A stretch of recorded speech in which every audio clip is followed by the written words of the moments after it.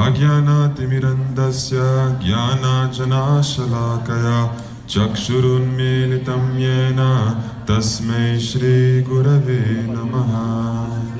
He Krishna karuna sindhu dinabandhu jagatpate gopesha gopika kanta radha kanta namostute tapta kanchana gaurangi Radhe Vrindavaneshwari Vrishabhanusute Devi Pranamami Hari Priye Hare Rama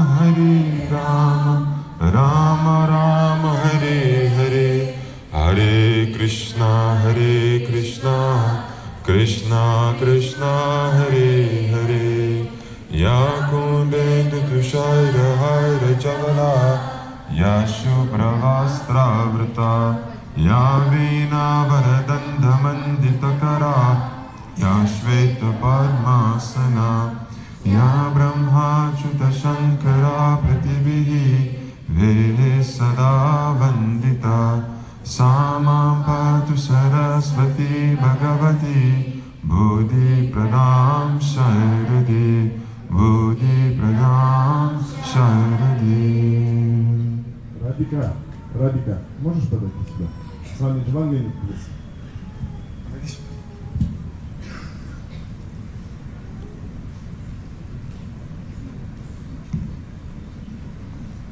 Будешь переводить это и давай сюда.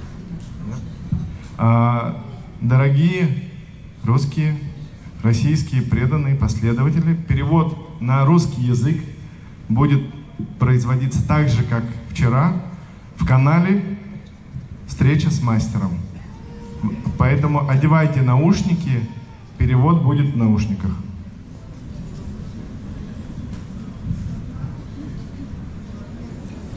Jai Gurudev. So, as today there was some devotee initiations happening, I was up with Gurudev, and the idea or the topic came up that I should come and speak about what it means to be a devotee. Not just, of course, for people who are going to get initiated, but for people who are already initiated also, and for those who maybe one day would like to become initiated. You see, most people don't take what it means to be a devotee seriously enough. And the reason for that is because it's relatively easy to do it. And Guruji is so nice and so wonderful and so beautiful and so all of these things that it's very easy to become attracted, to feel the love, to feel all of these wonderful feelings, and colored by this attraction, colored by these feelings, you make a promise, you make a commitment, but the commitment and the promise is to more than just your feeling of attraction. It's like deciding to marry someone during the first 2 months of the relationship. It's a bad idea.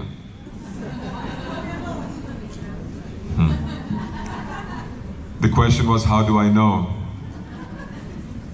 You know, if I would sit here and tell you my life story, it would defeat the purpose of the satsang. But trust me, I know. The second problem with that question, and I want to highlight it, is there is the assumption that the only way that you can gain knowledge is by living it yourself, by having the experience yourself, which is completely nonsense, because it removes the entire effort or the entire process of observation. If you cannot learn something by observing, then why do we have eyes? So, back to the topic. Becoming a devotee is a commitment, first and foremost.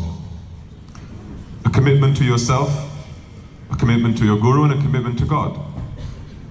But more importantly, a commitment to a version of yourself that you do not yet know. During the Guru Gita course, it's funny, when we were upstairs, I was in Guruji's room, and he says, talk to them about what it means to be a devotee. And then he says, well, if they watched my Guru Gita course, then you don't need to say anything. I said, yeah, but for sure not everybody watched it. And he said, maybe. So for those who did not watch it, one of the things he said repeatedly during the course was that you have to learn the art of dying. You have to learn to die. And people hear this and they think, what? I'm trying to learn the art of living, to live in a better way, to be happy, to be full of love, to enjoy, to be blissful and peaceful and all these wonderful things. But actually, if I'm honest with you, for almost 20 years that I'm listening to Guruji, there are only a few things that he repeats year after year after year. Some things are seasonal. Sometimes he puts some emphasis and then he drops the subject for a few years. And one of those things that he consistently speaks about is to make death your friend. Now, I don't mean, somebody asked me this maybe a week ago or so, Swamiji, what did he mean by that when he said to learn the art of dying? And I said, immediately you're all thinking about the death of your bodies. But that's not what he's talking about. This has nothing to do with your physical death, and has everything to do with the death of the version of yourself that you think you should be. I'm not talking about your ego even. That's a complicated thing. Let's not go there. There is a huge gap between who you think you should be, who you would like to be, who you think you are in this present moment, how you would like others to think of you, and how he sees you, and how he would like you to become, and how he would like you to see yourself. And so before you can become the version of yourself that he sees for you, you have to allow the version of yourself that you see for yourself to die. Because you cannot be two at the same time. And so the first serious part of the devotee initiation, because there are the unserious parts and there are the serious parts. The unserious part is when you say, oh, I really like Guruji, he's fantastic. Whatever. The serious part is when you say, I recognize that the version of myself that I create in my mind and that I see is not my real self, and it's not the best version of myself. And if you can't come to the point where you start to think about, eventually believe in, eventually become convinced by the fact that he knows you better than you know yourself, and that he sees a future version of you more clearly than you see of yourself, then devotee initiation is not for you. If you don't begin to believe in that and eventually become completely convinced by that, that he knows better what is good for me than I know for myself, then there is no point in becoming a devotee. You may still get a lot of benefit from following his teachings, from being in his presence. All of that is still wonderful. But to call yourself his student, and for him to call himself your master, spiritually, that understanding must be there, that it's non-negotiable. Because if not, then when he says, you please go left, you will say, but I want to go right. Why? Because left will create the version of you that he believes in, but right will create the version of yourself that you want to be.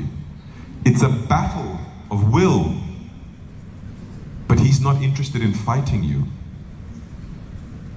So a devotee initiation, a devotee relationship is a two-sided collaboration. I am working with you by will. Now there may be parts of me that sabotage this process, but not by will. Not because I want to, not because I choose to, but because of my conditioning. Because unfortunately, I have been living a certain way for so many years that I am programmed that way. And so I will continue to act stupidly. I will continue to act against my best interests. But the difference will be, not because I choose to, not because I want to, but because I am programmed to. Do you ever have thoughts that you wish you didn't have? Then you understand what I'm talking about. It's not your choice. It's not what you want, but it happens anyway.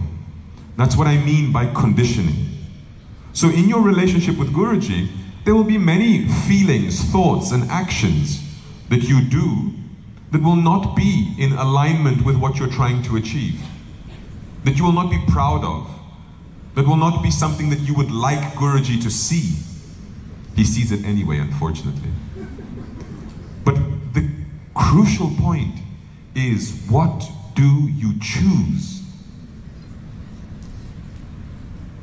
You see, often people ask me, Swamiji, I'm a devotee, or I'm a brahmachari, or I'm whatever it may be. I have made some form of commitment, and yet I have some terrible thoughts in my mind sometimes. I question Guruji, or I doubt my path, or I think about things that I shouldn't be thinking about or doing, etc., etc. Is that a bad sign? And I say, not at all. It's a sign that you're not yet a saint, which is quite acceptable. Guruji has not said that the criteria for devotee initiation is that you must be a saint. Rather, it's the opposite. You must desire to become a saint. You must have the aim to sanctify yourself. And this is the means by which you will do it. It would make no sense for that to be an expectation or a prerequisite. The only thing that you should be concerned about is not whether you feel, think, or do things that are not saintly. It's what do you do once they manifest? What choices do you make after you notice these thoughts in your mind? This is the real question. I'm a monk, as was pointed out earlier. Now, imagine suddenly a sexual desire enters my mind. Oh my God. I've now broken my vows, I am terrible, and I should take off the orange clothes immediately. Right? No, not at all. Not at all. It's actually completely natural and okay. You know why? Because in the huge ocean of memories and database that I have stored inside of me from thousands of lives, you think there was never any sexual activity in 100,000 lives? The fact that this therefore passes through my consciousness is of no concern whatsoever. It just means that my computer is still functioning. The hard drive is still operational. The problem is, if as it's passing by, I grab it and I say, ah, look at you. How interesting, how attractive. Let's play together. Then we have a problem. But that was a choice.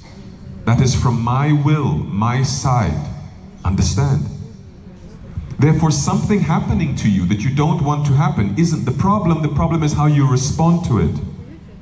Therefore, your commitment to a relationship with Guruji is, Guruji, I want to become the version of myself that you see. And yet, I'm aware that in that process, my own programming, my own version of myself, will continue to manifest time and time again. I will continue to act hypocritically. But I'm here to tell you that that is not hypocrisy. Somebody told me yesterday, you know, Swamiji, I listen to your satsangs, I feel so inspired, but every satsang of yours makes me feel like more of a hypocrite. And I said, well, that is unfortunate, but it's also a misconception. Why do you feel like a hypocrite? And the person said to me, because I know I should be doing A, but I do B instead. And I said, that doesn't make you a hypocrite.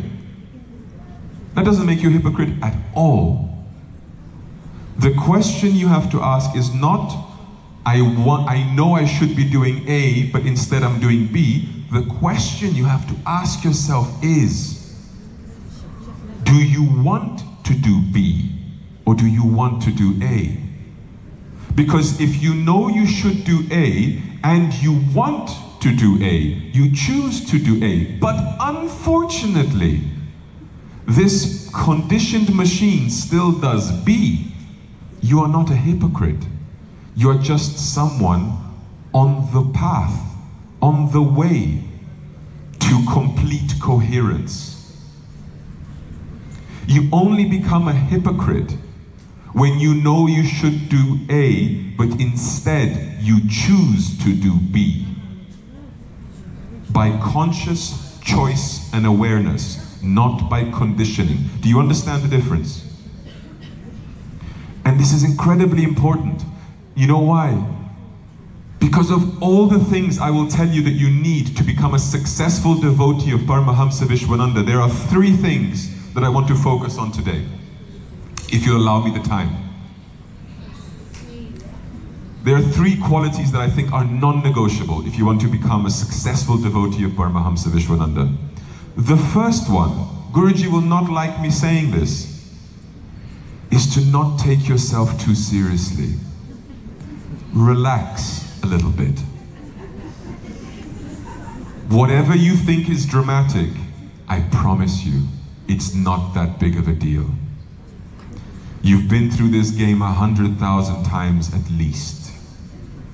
And you go to Guruji, you say, Guruji, I have such a problem in my life, please fix it. And he's waiting for you to say, my soul is not fully conscious of God. I'm not surrendered at the lotus feet of God. And you say, I don't like my boss at work. And he says, yes, truly a catastrophic problem, so huge. Whatever can we do? It's nonsense. So relax. Guruji, I'm feeling so restless lately. Don't worry. Like the seasons, it will pass. If you allow it to. But if you hold on to it and make it into a big problem, congratulations, it will become a big problem. So therefore, relax.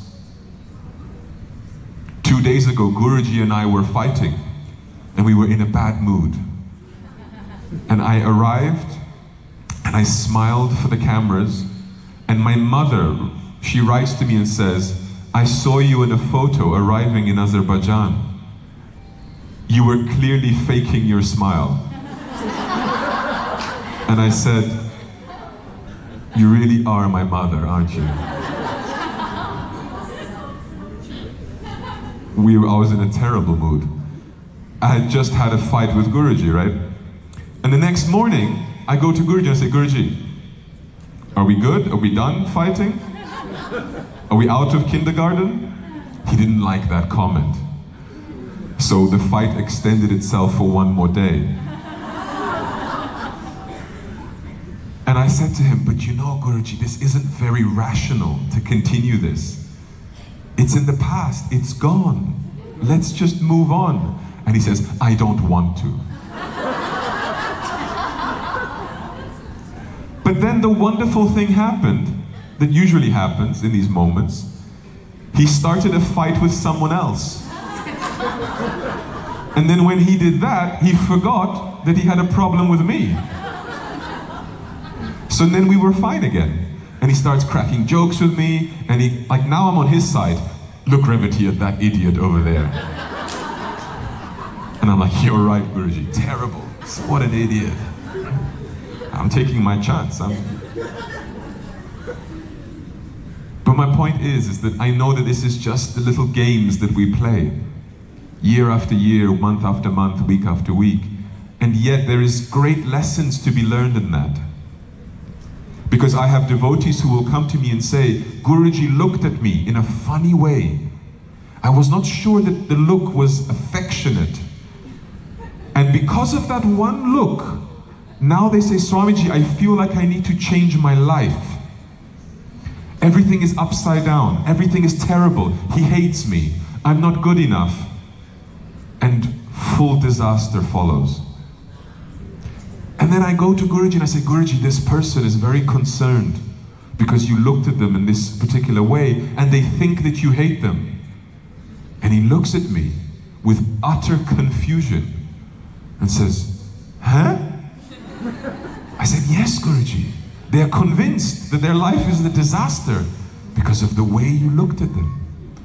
And he says, no, I just thought their hair looked funny.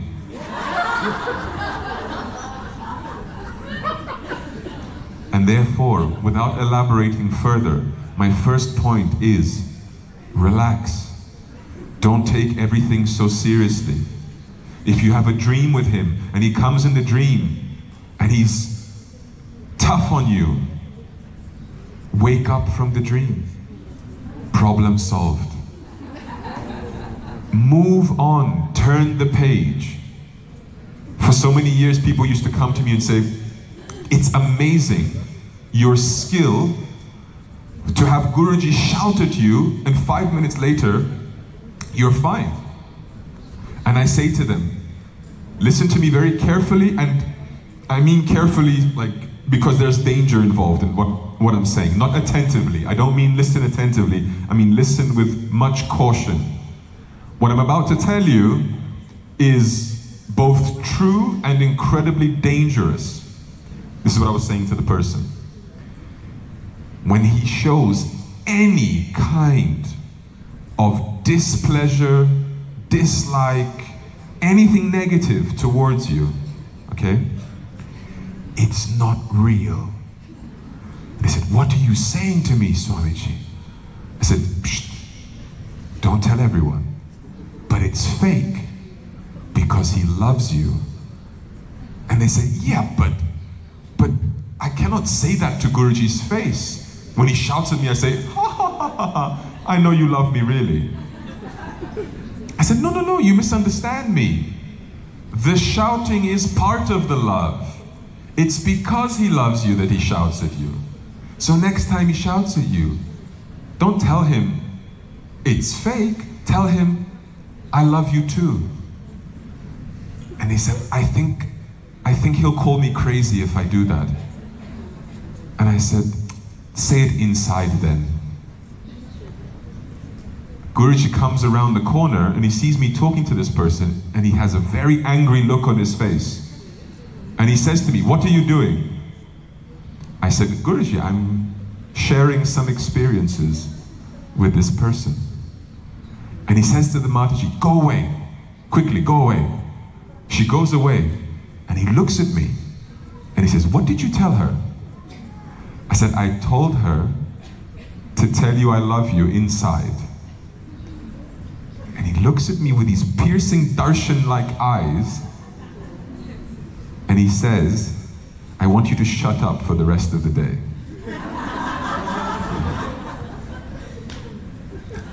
That evening, he comes to me and he says, you ruined everything. I said, why? He says, because I went to that Mataji and I shouted at her. Because I had to. It was in my plan to shout at that Mataji today. And I said, okay, nice. What a nice plan. But she didn't become upset. She didn't get affected by it. I thought she was going to cry and become miserable. But she just smiled at me like she was a little bit not there in the head. What did you tell her? I said, Guruji, I told her that you love her, and that if you shout at her, it's because you love her. It's a blessing, it's a lovely thing. And he got so upset at me. And he said something that I want to share with you. He said, of course I love her, and of course I'm shouting because I love her. But if I'm shouting, it's because I want her to feel like she needs to be corrected, like something is wrong. That's why I shout, to make a correction. I said, okay, I apologize. But then you help me understand something, Guruji. If you shout at somebody and they become depressed, is that the right reaction? He says, no, of course not. If you shout at someone and they smile at you and they say thank you, is that the right reaction? He says, well, no, not really. I said, well, then I'm not sure how we're supposed to react. And he got so frustrated and so like agitated. He said, you're the worst. And he just walks away. He comes back with a different Swami. And he says to this other Swami, look, I'm going to explain something to you, because this one over here, he's too intellectual. He's always trying to understand me, and I don't like it. You're a bit more stupid, so I'm going to explain to you, and I want to see what you say. And I'm watching this and I'm thinking, this is terrible. And he says to this other Swami, which I will not name, of course, he says to this Swami, if I shout at you, what should you do? And he says, I should shut up and say sorry. And he says, good. And he looks at me and he says, you see, so simple. Tell that to the people. Tell them to shut up and say sorry. I said, okay, good. Yes, boss, got the lesson. And stop being so smart. I said, okay. So, why am I telling you this whole story? Yes, it's to laugh, but not only. Because sometimes, this is my second quality I'm going to now emphasize. The first one was to relax, don't take yourself too seriously. The second one is, don't overcomplicate it. Overcomplicated means that you always try to interpret everything, and you try to understand everything, and everything has a hidden meaning, and everything is very mystical and very mysterious. No. Guruji shouts, you shut up and say sorry. Guruji smiles, you smile back. And you still shut up, by the way. So simple. He says go left, you go left. He says go right, you go right. You don't say, I know he said right, but inside my heart, I feel like he meant left. The feeling is there. Or you know, there was that one time where Swami Parantapa told me a story that Guruji told him to go left, but he went right, and then it worked out so nicely. You're not Swami Parantapa. See how simple it is? So the second quality you need for a successful relationship with Guruji is, don't overcomplicate it. It's very simple. You are my devotee, he says. You say yes. That means he's your teacher. That means he says, you follow. So simple. So simple. But, here comes the but. There's a third quality that I wanted to emphasize today. Don't take yourself too seriously. Don't complicate things. But the third one is, you must be incredibly stubborn. Now, stubborn, you may see as a negative quality. To be stubborn, to be persistent, right? But you must be so annoyingly stubborn that if Guruji tells you no 100 times, you will still come the 101st time to say, what about today? No. Okay, see you tomorrow. And I mean that with all my heart. Because if you're asking the right question, then you must wait for the right answer.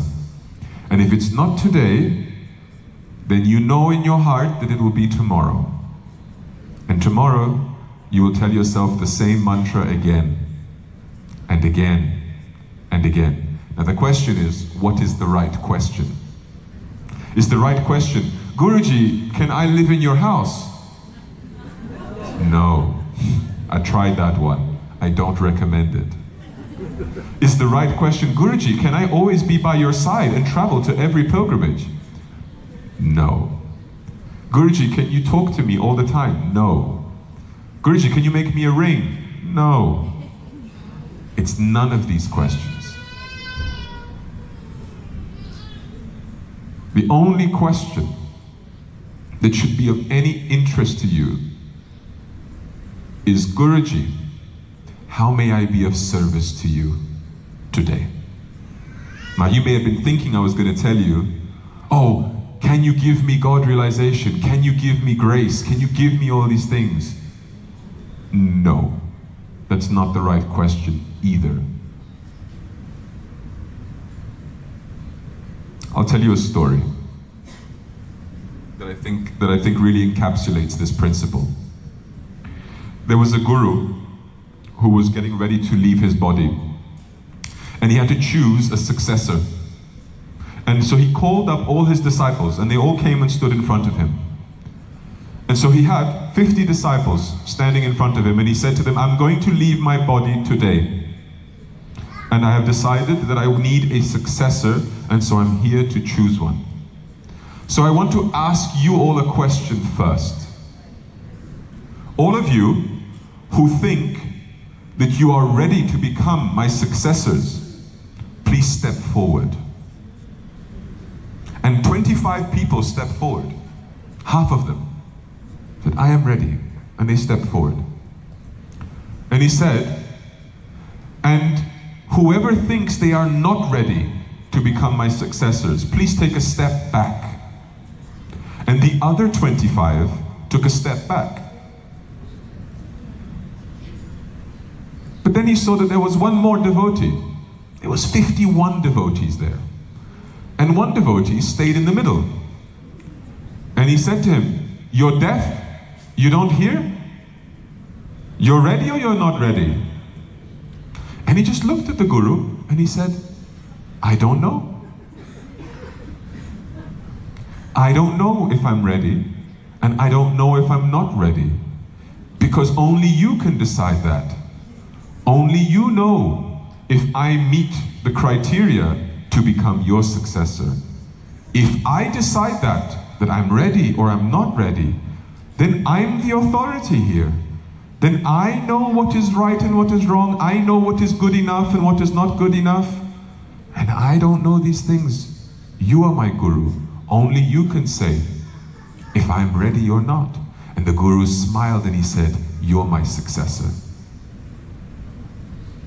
Now why do I tell this story? Because the same thing applies to your relationship with Guruji. You may ask for blessings. You may ask for grace. You may ask him to give you God himself. But why do you ask for something that you don't know you're ready to receive? You don't know whether you're ready to receive that. Do you know what you're asking for then? You don't know.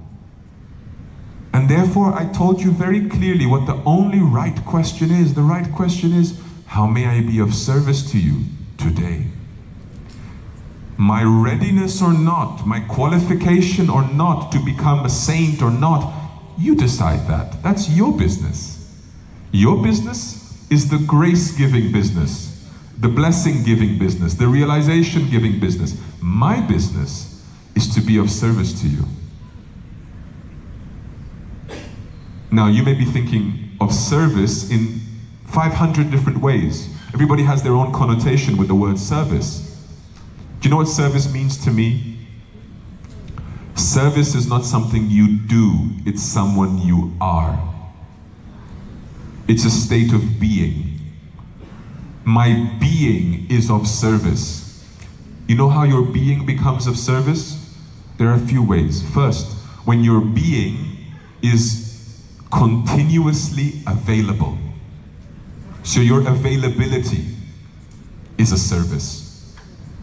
Because if that moment comes that Guruji picks up the phone and he calls you and he gets a busy tone, then you may be the best servant in the world, but an unavailable best servant in the world is worse than the worst available servant in the world. Do you understand what I'm saying? Even the most unskilled but available person is more useful than the most skilled but unavailable person. So availability in your heart, availability in your mind, to always be of service to God, to always be of service to Guruji. No matter the situation, no matter the circumstances, no matter the time of day, no matter the request, availability is seva. The second way I understand seva as a state of being is that by your very existence, you are already serving people without doing or saying anything. And how can that be? Only if your life radiates the love of God, the love of Guruji, because love, light, is a radiating substance. It is not a hidden substance. It radiates. When you are doing your sadhana, some people think that it's a selfish thing to do. I used to be one of those. I used to have fights with Swami Aniruddha all the time. Because Swami Aniruddha, for many years, all he would do is he would go to the temple, he would do his seva in the temple, he would do his job, 9 to 5, doing seva, and then he would go to his room, shut the door, and you would never see him again. And you think, oh, he's in there just sleeping or watching movies. No, he's doing kriya for hours, as much as he can. Reading, meditating, he loves his kriya. You walk into his room and you'll see him always like this, but a little bit like this, because half sleeping. Right? And I would always criticize him, a younger version of me, a much more extroverted version of me. I would go to him and say, you're so selfish. You're never with the people. You're never spending time with the people. You just lock yourself in your room and do your sadhana. It's so selfish of you. And he didn't really argue with me. He would just say, I disagree, I disagree, I disagree. And eventually, with some more growing up and some more maturity and listening to Guruji and talking to Guruji, I understood that he was doing the most beneficial, selfless thing he could possibly do, which was to improve himself so that he can actually become of service to people. Because the worst thing, and what I see all the time in the world, is people who have the hero complex. They want to be the hero that saves everybody and is a light for everybody and inspires everybody. Look at me, how inspirational I am. Come, gather my drops of wisdom that I will impart upon you all. And really, they have nothing of substance to give. It's just a facade, it's just a mask. It's a show with little substance. And you think you're being selfless, you think you're being of service to people when you do this, but you cannot give what you don't have. You want to give inspiration, where is your inspiration? You want to give peace, where's your peace? You want to give love, where's your love? You want to give wisdom, where is your wisdom? Therefore you study, you do sadhana, you do these things because you are doing what is best for others by becoming a person that lives in a state of service. So that if you just walk in the room, people already start to benefit from the presence of the person without saying or doing anything. Have you ever felt that? Just by being in the presence of somebody, you feel uplifted, you feel inspired, or you feel calmer, you feel whatever it may be. Yes? That is a state of seva. The last example I will give of how to truly serve is by being an example in your actions and in your speech. Live by example. Now you may think, yeah, but that's your job. You're a Swami. Not at all. It's also my job. But it is the job of every human being. It is just that the more you become aware of that duty, the more responsible you are to fulfill that duty. But every human being has that duty. Because, unfortunately, we don't live in a bubble. Unfortunately, we share this world with everybody else. I say unfortunately because as the years have progressed, extroverted Swami Revatikanta has completely died and disappeared. And now it has been replaced by 100% go to my room and close the door, Swami Revatikanta. I am now Swami Aniruddha, and now Swami Aniruddha is me. We have flipped. Okay? This, right here, without the microphone in my hand, is my nightmare. With the microphone, my greatest pleasure. Why? I'll explain, so that you take it in the right way. Otherwise, I'll say, my God, this devotee of Guruji hates human beings. This is terrible. I'll explain. There's a right understanding for this, hopefully. It comes from Guruji, actually. You see, people sometimes forget how much we all have changed because of him. You don't see the change. It's like growing gradually. One day to the next, you don't see the moment of transformation, but 10 years later, you look nothing like you were 10 years before, right? So similarly, I'm with Guruji since I was a child. I grew up with Guruji. I've lived in his house longer than anywhere else in my life. And I often like to remind Guruji of this point. Because when he doesn't like something about me, I say, you do realize you raised me, right? I am literally a byproduct of your teaching. So, maybe we take co-responsibility here? But my point is the following. One of the things he always taught me, you need to learn to love everyone, but you should most definitely not like everyone. Because there is much not to like in people. But there is one specific thing to love. And that is most important. And I said to him, but that one thing that is worth loving in people, you see it, I don't. So all I'm left with is the parts that are not to like. And I don't see the part that is to love. You're almost the opposite. When you look at us, you see shining inside of us the part you love. And the part that you don't like so much, you see minimally. It's not that he doesn't see it, but he disregards it to some extent. And I know this may be shocking to you, but Guruji loves you all, but he most likely does not like most of you. And that's because, in full self-acceptance, you know what is in your mind. It's not a shock to you if you're honest with yourself. In fact, when I first realized that he could truly see the contents of my mind, my immediate urge was not only fear, but also to apologize to him for what he has to see. Imagine Guruji would come yesterday for darshan, and instead of looking at you and blessing you and smiling at you, he says, "Ah, here comes again this liar, cheater, hypocrite. Wonderful to see you again, Mr. Liar. How's your spiritual life going?" "Oh, Guruji, so nicely. I'm doing so much of my sadhana." And he says, "Ah, yes. 5 minutes of japa a day. Congratulations. What a hero." And then he walks away. Next person. Would you feel uplifted? Would you feel blessed? No. But would it be a lie Most likely not. Understand the point? So Guruji, for the longest time, he taught me, he still teaches me, that the most important thing in developing your spirituality is called viveka.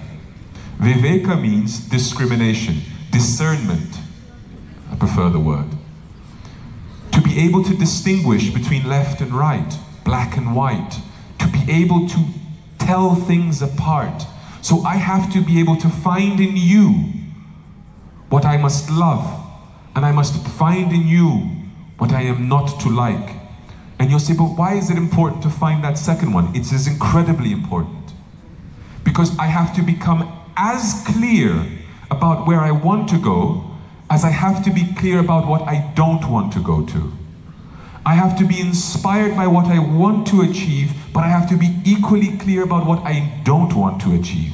Because if you don't become clear about the stuff that you should not want in your life, then you know what will happen? You will see a rose in front of you in the garden, and you want that rose, and you'll start to water the rose, but because you don't have the eye of discernment, you don't see the creeper that is being watered simultaneously and is going to grow and strangle the rose. Do you understand what I'm saying? And so you spend time with the lovely people. This is what we all like to say, Sangha, yeah, humans, we love everyone, woo! And then you come here, you spend time, but with no discernment. It's just, let's spend time together. And so you'll imbibe everything that person has to give. Good and bad. And then you're surprised when not much progress happens. Guruji always says, you want to become a thief, you hang out with thieves. I want to become a saint. Any saints in the room? No? Then forgive my absence. Understand my point? I'm going to hang out with the only saintly person I know, which is him. Now, if he's not available for hanging out, then I have a problem. I have to take the next best option. You know what the next best option is? My deity. I go and do my puja, I go and pray, I go and spend time. If that's reached its limit, then what is the next best thing? Eventually, I might say, okay, I'll go spend some time with the devotees. Option 3, 4, or 5, somewhere along that ranking. Have I done my 16 rounds of japa? Have I done an hour? Yes. Have I done my kriya? Have I read Bhagavad Gita? Have I done my puja? Have I hung out with Guruji? Did I listen to his satsang? Yes, yes, yes, yes, yes. Okay, fine. I'll spend some time with the devotees then. Because you do have one thing that I want very much in my life, and I'm therefore very happy to acquire from you and to give back to you as much as I can. One thing minimal. Some of you may have more than one thing I want, but one minimum you all have. And that is love for him. Affection for him. That you all have in your own flavor, in your own way. And I want it from you. I'm very greedy for that. So if you want to show it to me, then I want to spend time with you. Then we can become best friends even. Then suddenly I like you all. And then this is not my nightmare anymore. Now this is my paradise. And I mean that. I'm not now saying that just to be, oh yeah, look, spiritual stuff. No. Guruji teaches me this all the time. Yesterday night, we were coming back from a dinner. No, not yesterday night, day before yesterday. Time flies. Day before yesterday, we were coming back from a dinner, and we were in the car, and somebody in the car and I were having a conversation about mundane things. You know why? Because here in Baku, there was the Formula 1 Grand Prix recently, right? So we were talking about Formula 1. I'm like, oh yeah, we used to watch it in the 90s, etc., etc. So we were talking about that. And it was nice, reminiscing and talking. Then we started transitioning to talking about football. And we're just talking. But Guruji was sitting in front. And Guruji was on his phone, doing his own thing. But suddenly, he was humming a melody of a bhajan. right? And as we start talking about this a little bit more passionately, I listen to him humming, and he starts humming a bit louder. And then he quietens down again. Like, warning number one. We keep on talking, but now I'm a little bit more hesitant, so I start like looking left and right to the person and to Guruji, like, he starts humming a bit louder, and I'm realizing we should shut up right now. This is one of those moments where this is going in the wrong direction, because we're just talking nonsense. It's nothing of value. And if even in the presence of Guruji, we are capable of wasting our time and talking nonsense, then imagine when he's not there, right? And so then, this person very innocently continued talking about it, and I just looked straight and said, yeah, just to keep things polite. But I was like, I need to shut up right now, this needs to stop. When we went back to the room, I said, Guruji, apologies for the conversation. And he says to me, you noticed my humming? I said, yes, I noticed. He said, you know, you should be giving a better example than that. Now, you may think that's a bit harsh. It was just 2 minutes, what's the big deal? But he's right. He's right because in that moment, I was not being of service to him. Now you may think that I was having a conversation with somebody else, it's got nothing to do with him. It has everything to do with him. Everything to do with him. So I repeat, to be of service means availability. To be of service means that you radiate love, which means you need to be working on yourself to acquire the things you want to give to others, sadhana. And third, that you must be a living example at all times. Then you are living perfectly. I mean that. You are living your role perfectly. If you can do these 3 things, be constantly available to radiate, and that is a result of your self-development, your self-work. And third, to proactively give an inspirational example. And now let me be honest with you.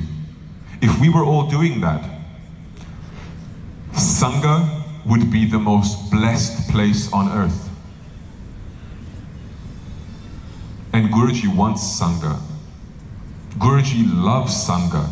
He emphasizes Sangha, Sangha, Sangha. Come together, but come together in the right way. Because Sangha is not hanging out.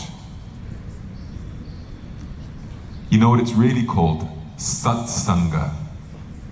It's the Sangha that revolves around Sat, truth. So he's happy when the Sangha is together doing service, doing practical things together, sadhana, talking about God, talking about Guruji, talking about our path. But devotees getting together to do mundane things is not Sangha. That's Asat Sangha. A Sangha that is promoting the opposite of truth. Understand that difference. So when I say what I said earlier, I repeat now that, I'm introverted, I go away from the crowds, I don't like this, is because I'm very careful that I'm not doing something that sends me backwards when I'm trying to move forwards. First, you show me that we're all here with the same mentality, for the same purpose. Show me that this is Satsanga, and I will be in the middle of it. Very grateful to you all. But as long as it's just this, waya, meow, meow, meow, about nonsense, I'm out. Have no interest in this. Because you become that which you focus on. You become that which you surround yourself with. Do you remember the 3 qualities I said you need to have a successful relationship with Guruji? The first one was what? Don't take yourself too seriously. The second was what? Don't overcomplicate, be simple. And the third one, to be very stubborn. Guruji, I want to serve you. Guruji, I want to be of service. How may I serve you? How may I serve you? And he'll say, no, nothing, I don't want your service. You say, okay, no problem, tomorrow. But I want to be of service. I want to give back. I want to give. I want to give. Not only take, take, take. Now allow me to tell you what I had to therefore develop in order to live these three qualities. And I'll end it here so that I don't make this too complicated. Courage. You need courage, bravery. Because in this process of simplifying your life, of focusing your life on that which is important, on being stubborn about your desire to serve him and to relate with him, he will polish you. And you will embrace it, you will want it, you will love it in your own way, but you will need a lot of courage to persevere through that process of polishing. There are a lot of people that cannot take the heat. And the heat doesn't mean physical proximity. If you want to experience what I'm talking about, take your hands and do like I'm doing. Just rub them. Okay? Keep going. The more you do it, the more uncomfortable it will become. It will get hot. Is it getting hot? Okay. Is there any part of you that wants to stop doing it? Yes. Now stop. Okay. Now imagine Guruji. Nice. Stop, pray. Now imagine Guruji is doing that constantly to your whole being, just rubbing you up and down. Okay? All day, non-stop. It's exactly what he's doing. Exactly what he's doing. And you're feeling at some point like, oh nice, it's a massage. Oh yeah, this is wonderful. But after 5 minutes, it's like, okay, now it's enough. It's a bit too much. Okay, Guruji, 10 minutes now. Whoa, this is getting uncomfortable. And it goes on and on. To the point where you may reach a point where you forget, why am I even doing this in the first place? Because this doesn't feel good. Forgive me for being a bit direct now, but if you keep going, eventually it's going to get raw. You're going to really start harming yourself. And he still won't stop. Why? You have to ask yourself the question, why? Why does he want to do that? What is the goal? What is the point? And why does he have to keep doing it? Surely I should be clean at some point. But you'll be very disappointed to hear the answer. The reason why he keeps on cleaning you is because you keep dirtying yourself. In the 7th canto of the Srimad Bhagavatam, there is a verse that says, the one who considers his guru to be a normal human being, all their spiritual efforts are frustrated, they are useless, because it is like an elephant that goes to the river and washes himself and then rolls around in the dirt the next moment. Congratulations, you came to the guru who is going to clean you, but the next thing you do is you roll in the mud. Don't be surprised when he has to constantly give you showers then. He's constantly putting you in the bath to wash you, because you constantly throw the dirt back on yourself.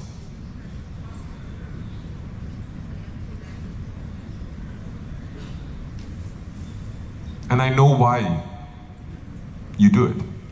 because I'm like you also. I know why you do it. I know why it is so tempting to do it. Because his solutions are long-term, but we want short-term solutions to our problems. That's it, simple as that. You know what he would like you to do?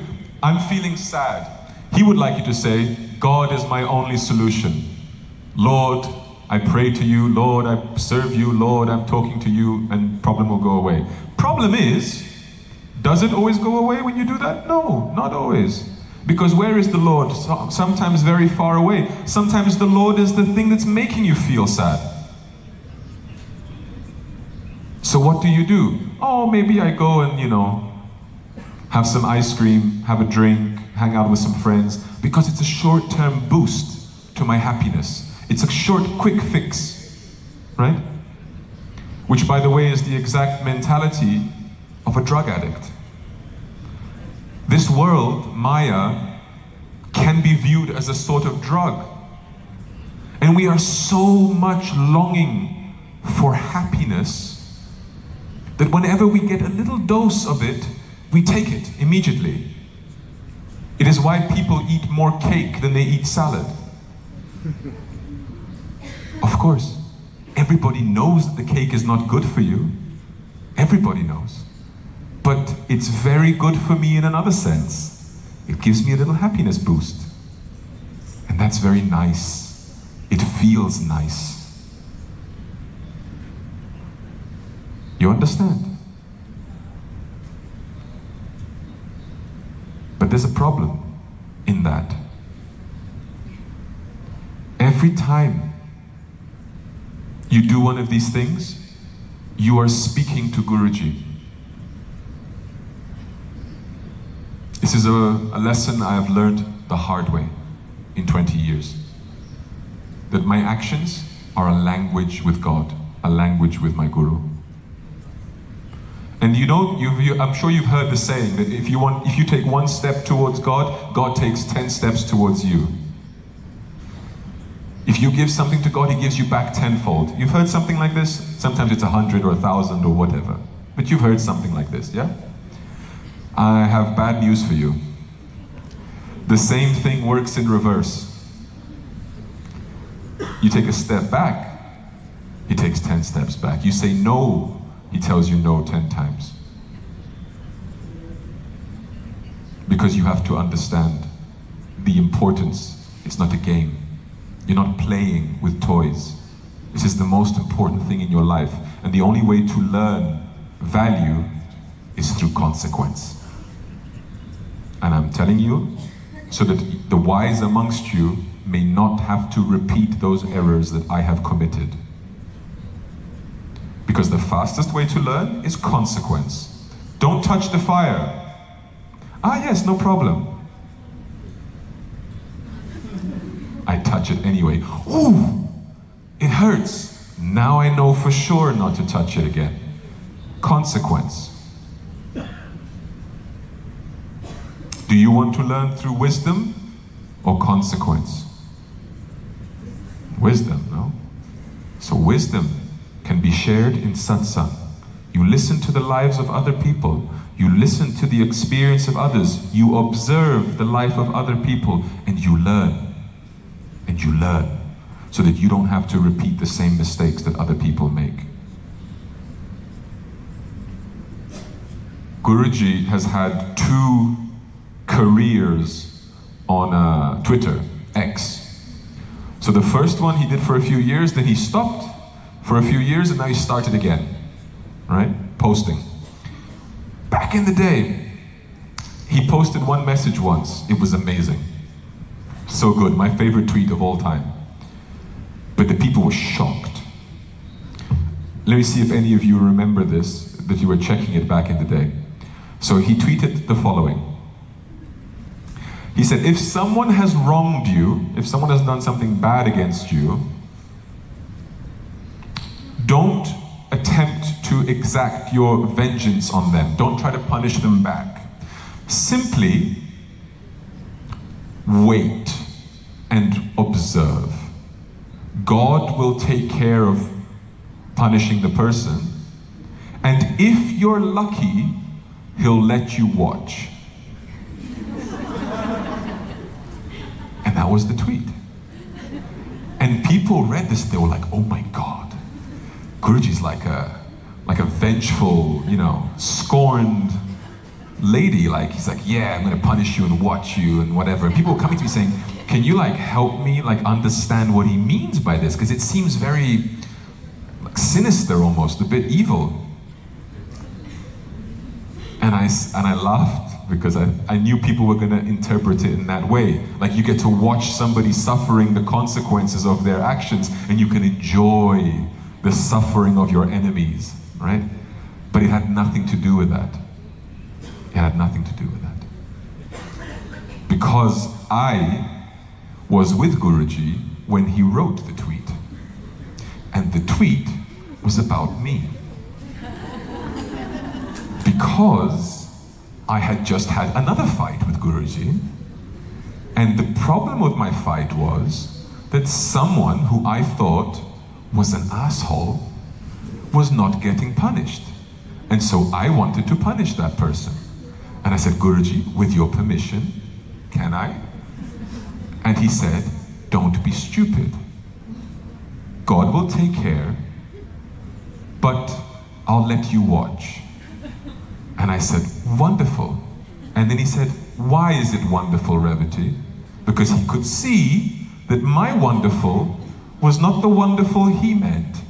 My wonderful was, great, suffer, you idiot. Don't like that person, suffer. His wonderful was, so that you can learn the consequences of those mistakes so that you never have to repeat them yourself. Because if you're truly lucky, you will see people around you failing. If you're truly blessed, God will surround you with mistakes and failures. Because that is the sweet way of learning, so that you don't have to learn the bitter way, which is through your own mistakes and failures and your own consequences. Do you understand what I just said?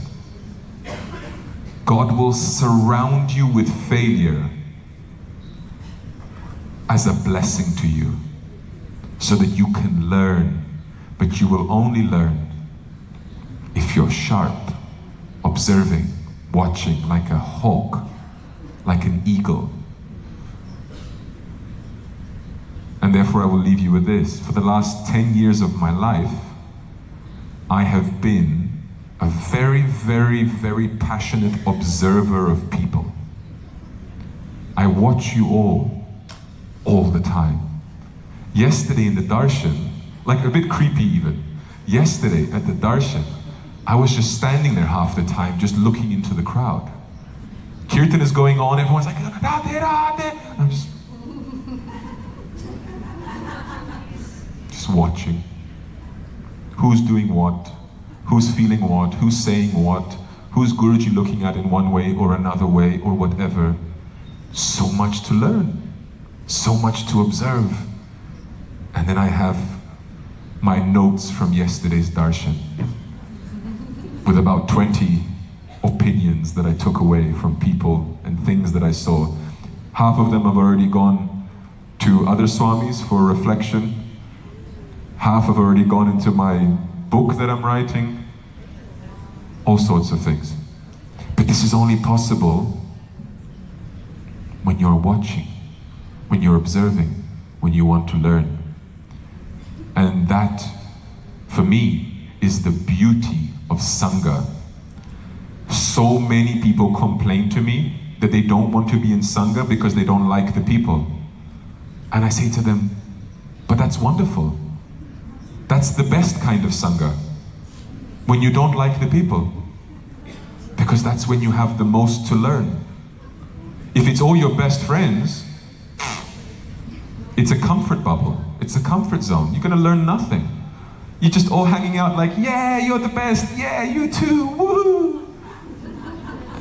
And you know it's not true, but you know, whatever, yeah. It's nice sometimes, I don't say no. But sometimes it's wonderful to surround yourself with people that you think are absolute assholes. It's wonderful. You learn so much. Truthfully. So, it's too much now, I'll leave it. I said, don't take yourself too seriously. Not everything is as dramatic as you think it is. I said, don't overcomplicate things. If Guruji says to go left, go left. If he says no, it's a no. Except for the third point, which is I told you to be annoyingly stubborn. Not about what you want to get from him, no, about what you want to give to him. You don't ask, because he will give when it's the right time to give. He's very good at his job, Guruji.